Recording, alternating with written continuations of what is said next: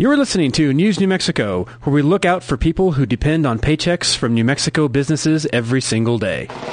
Launch control, this is Houston. We are go for launch. Hold on to your lug nuts. It's time for an overhaul. Turn it up some. I'm your huckleberry. I don't give jobs, I hire men. You won't give me anything, and I won't give you anything. Collision, sir. Whoa, relax. We're not even moving. There's no crying in baseball. We are News New Mexico. It's Tuesday, February 28th, 2012. I'm Michael Swickard. We have Rachel Pulaski here. We also have Natalie Chadbourne. Jerry Harden is our producer-director. On our Newsmaker line, we have Marita Noon. She has the website energymakes.america.org. Good. That's her. That's you always hear her say that. She goes, org. It sounds like Mork and Mindy, but it actually is what you want to know. EnergyMakesAmericaGreat.org.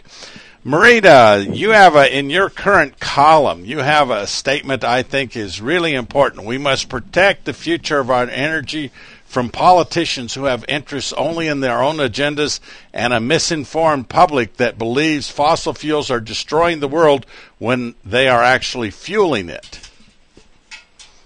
Isn't that an amazing comment? That was from a high school student that goes to the Albuquerque Academy who contacted me because he was trying to write a paper on the positives about fossil fuels. And he contacted me and he said, I can only find negative stuff on fossil fuels. Apparently people think it's evil.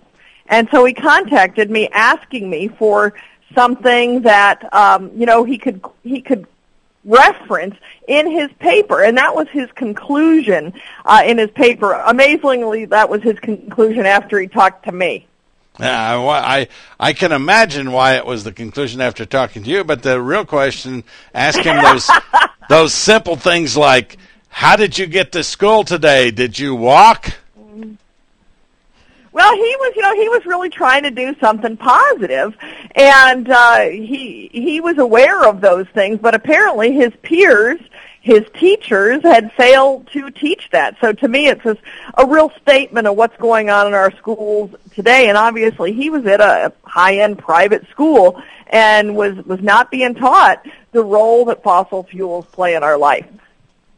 Well, part of the role is what makes the price of gasoline drop. You have the statement, President George W. Bush announced a reversal of his father's ban on offshore drilling. Nearly overnight, the price of crude oil dropped and gasoline followed suit. It wasn't that there was any more of the oil being produced at that moment, but an international market, the investors and everybody knew what was coming, so the price went down. That's the way it works, isn't it, Marita? That is the way it works. You know, some of the people, like I happen to be a viewer of Bill O'Reilly on frequent occasions. I get very frustrated with him over his view on oil and oil companies and so forth. And he's like, oh, those darn speculators. Well, you know, if you understand the market, as I know that you all there do, you understand that the reason speculators speculate is that they are looking ahead and trying to see what's the future going to be. And because they focus on that, they spend time looking at all the pieces that fit into the puzzle, they make what they believe to be a more educated decision than the rest of us might make.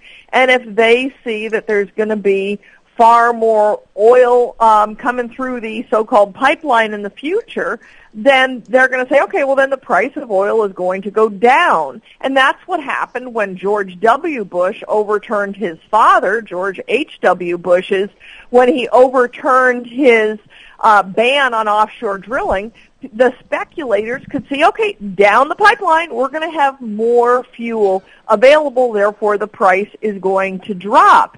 And that's what, with President Obama, those speculators, those people who invest in the futures in the market, they see that President Obama's policies repeatedly have been anti-oil, anti-fossil fuels, and so they have to conclude that there's going to be less available. And then you throw in the Middle East unrest, which of course is a destabilizing factor in the markets. And you have to conclude there's going to be less of the fossil fuels available in the future. Therefore, the price goes up.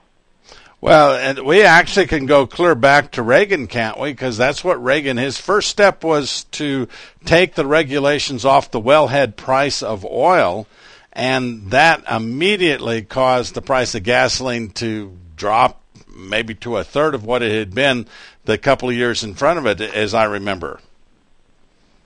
Yeah, and so when you have Jay Carney going out there in these press conferences or, the press briefings and saying, well, we're doing everything that we can do, it's just hogwash. It's just total hogwash because there is a lot that the president can do because the president is who ultimately sets the policy. I mean, we've got the American economy going to hell in a handbasket, and we've got the EPA going out there like they have no clue what's going on in the world and just arbitrarily making these extreme regulations that make everything more expensive. Absolutely. And again, part of this is the fact to Joe Schmo out it doesn't particularly care the reason why, but really does notice that everything is costing a lot more money. Yeah, we're all aware of that. And of course, as those who listen to your show are well informed because we inform them, but we know that the price of gasoline impacts the price of everything because everything has to be transported. And so the price impacts everything, and that does, Joe Schmo, I think that's what you said, all they see is that the price is going up. They do. Without a doubt, the price goes up, and it is subject to policy, is it not?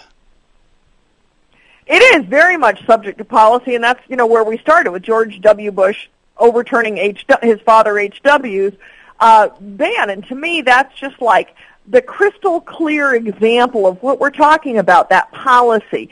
One speech, one decision saying we are doing this, signing that executive order, reversing his father's executive order, and literally almost overnight the prices dropped. And so if President Obama would take such a bold step, I mean, we don't need to get into the Strategic Petroleum Reserve. That's ridiculous. We could get into the Strategic Petroleum Reserve if we are in a real war with Iran and there is a real imminent crisis. A real emergency. Marita Noon, EnergyMakesAmericaGreat.org. I understand you're on vacation.